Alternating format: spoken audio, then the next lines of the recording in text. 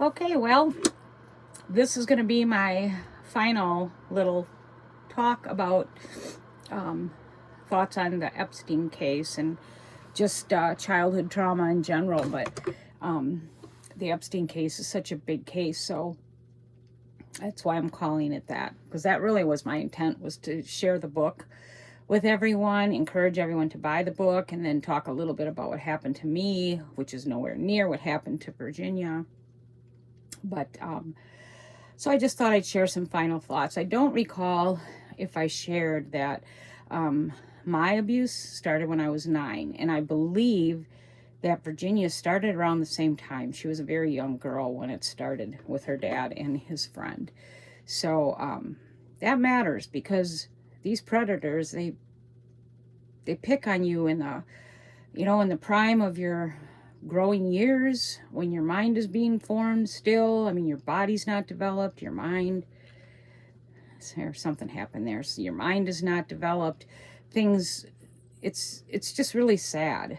And I mean, I don't know.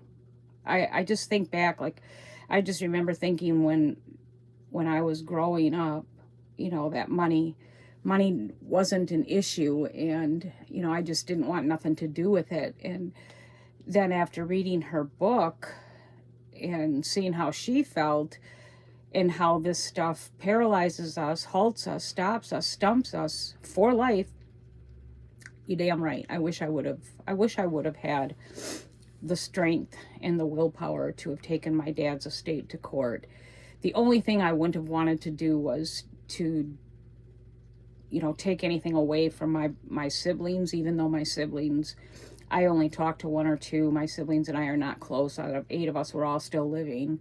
It's left lifelong damage. It's not just the molestation, but the alcohol, the beating, the verbal abuse. It's My siblings are a huge mess. And now that we're in our 50s and 60s, it's pretty obvious that we will die this way.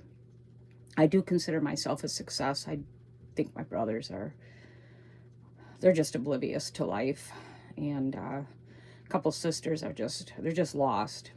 And you can show grace, but grace comes grace only to a point, because I do believe that God gives us all a burden in life, or allows things to happen to us, or doesn't block these things from happening to us, so that we can work on overcoming them, conquering them, becoming a better human because of them.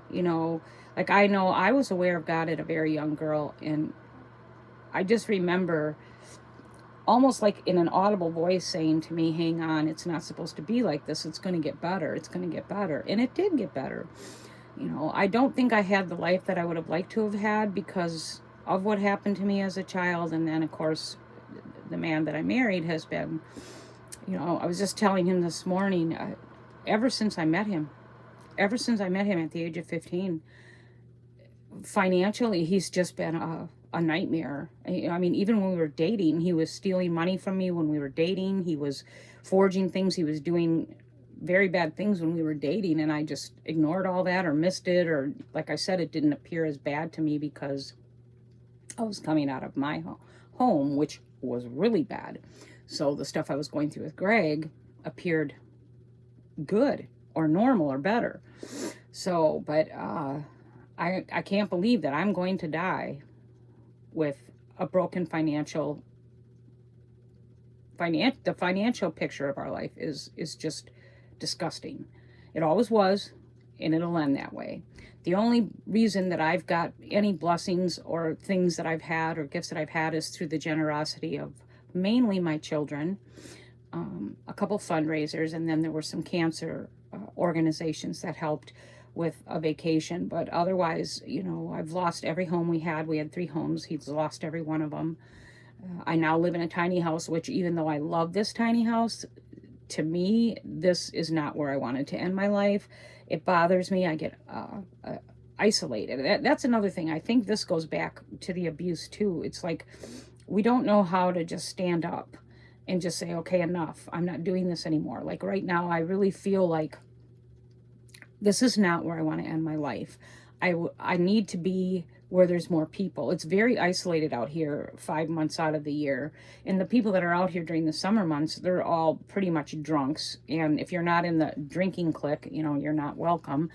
And even though it's not like I don't drink, I'll have a couple drinks, but I'm not a drunk. I'm not an obnoxious, you know, hanging at the bar in my bikini type lady. I would like ladies to talk with cooking and gardening and crafting and God and family. And that's rare to find here. And I've come to the conclusion that this all goes back to how I grew up, because I just don't know how to stand up and say, okay, I'm not doing this. Like, I don't know a way out at this point, because I can't work. I can't walk. And money-wise, we're very, very, very, very tight. So, you know, if we sold this thing, we'd be limited to what, after we pay off what we owe on it, we'd be limited to what we could do. And, you know, it doesn't take a genius to know the rents and housing out there right now it's just not affordable. So, but yeah, I don't want to be out here year round anymore. I'm too isolated. I like having women friends. I like having people I can share my life with. I like being independent. Like, if we were in an apartment where I could scoot around on my own, the way they have some of these complexes now, they have grocery stores and they have, you know, stores and theaters and restaurants, dog parks. I could pretty much live my life on my own when I want to. You know, everything I do now, Greg knows everything I do because he has to drive me, because I don't drive. It's, you know, my brain is not right. But so yeah, and I attribute that all to how I grew up, because that's one thing I look back over my life and I just remember always making excuses and justifying why I didn't deserve, or it wasn't important for me to be happy or to have my needs met. Like, I never knew what I wanted to do because I never thought about me. You know, I just always discarded my feelings and thought about everybody else. Like, looking back with Greg, oh, you want to take out a loan to sell shrimp on a freaking street corner? Go ahead. Doesn't matter that you're jeopardizing my children, my family, my home. Go take out that loan and sell shrimp on a corner. Go to school, drop out 4 or 5 times. The only good thing that came out of that is that he was able to file bankruptcy on student loans. You can't do that anymore, but back in our day, you could. You know, but he dropped out of college. I don't know how many times, how many loans he took out and filed on them. Those were his demons, and I'm not going to degrade him. I'm not trying to. What I'm just saying is that it goes back to me never standing up for me. Like, no, you're not going to put our family in jeopardy. No, you're going to go get a job and you're going to have health insurance. This man has never had health insurance ever. In our almost 50 years of life together, I had the health insurance when I worked. So we always went without health insurance. So medical bills, all that, I attribute it, I blame myself because I didn't have the courage, the self-love, the self-care to protect myself or my children, you know. And I mean,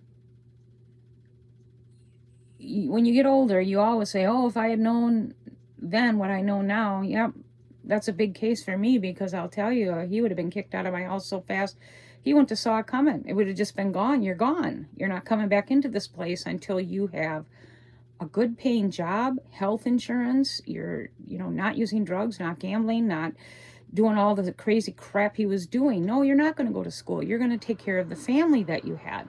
I never, ever had the courage and the self-love to look after myself. And I feel like sometimes now I'm better at it. But, you know, like I've been telling him, this is not where I want to be. But I'm the one that's looking for different places to live, different ways to live. I'm the one that's doing the research, trying to get out of here. He's doing nothing. He absolutely loves it out here. He's totally content sitting on the couch every night watching TV.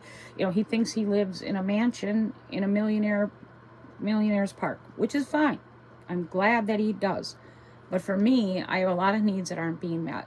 And I attribute that all the way back to growing up, to where victims of trauma just don't know how to stand up for themselves, protect themselves, look after themselves. And like I said, the biggest thing is self-love. And I saw that, like, even with that book with Virginia, she did stand up and she did fight for money, which was, I gotta turn something on, which was a good thing. But the money allowed her to have a decent life and give her kids a good life. But she never was able to overcome that trauma. She was never able to shake it, and which makes total sense to me. I mean, just a little bit that I went through. I mean, I went through a smidgen of what she went through. You're talking hundreds of men used and abused her. How do you come out of that? I don't think that you can. If there's anybody out there that did, I'm happy for them, but she wasn't one of them. And so I think that's pretty much my thoughts on this. And some of you have posted that you are going to get the book, and I hope that you do, and I hope that you enjoy it is a bad word to use, because this is nothing that you enjoy. It would be learning from it and maybe being able to help other people. Maybe like if you know someone that's walked this path or has been harmed in any way. It doesn't have to be trafficked. If they've been harmed in any way, maybe you'll have more empathy and understanding of why a lot of people like us are weird, you know. And I still, my kids, I have a son to this day, you know, my friends always said you were weird. And I've had people tell me that I'm weird. And I used to take offense to that. And I don't anymore. I'm like, yeah, you'd be weird too if you went through the stuff that I've gone through. It's, you know, I don't trust easily. I do make friends easily, but I don't trust easily, if that makes sense. I wouldn't want to have any more relationships with men. Like if Greg were to die, I'm done. I would just put my energy into myself and what I like and don't like. And in my kids and grandkids, I don't ever want to share a life with a man again. I can't stand pretty much anything. I just don't want to do it. So that is going to be my concluding thoughts on this. You know, I hope that if you get the book, if you haven't thought about it, please do. And I hope that you learn from it. And, you know, we can all look out after our young and be aware of our surroundings and things that are going on in our communities and stuff to make our kids more safer. This isn't just applying to trafficking. It can be something as abuse going on in a home. We have to be aware and on alert. There's just too many. Like I said, the boat is full. It's just full of victims of sexual assault. And it's just sad. So this will be the ending thoughts on that. I appreciate all my new subscribers. Please keep sharing. I'd like to keep growing. And then my next video, I want to go into a little more detail about my cancer and what I'm living with. And I'll tell you, it's not easy. This treatment is not easy. It's been a real challenge. It's working, but it comes at a cost. And so that's going to be what's up next. I hope everyone has a great today and tomorrow, and I will see you soon with a new video. Thanks for tuning in.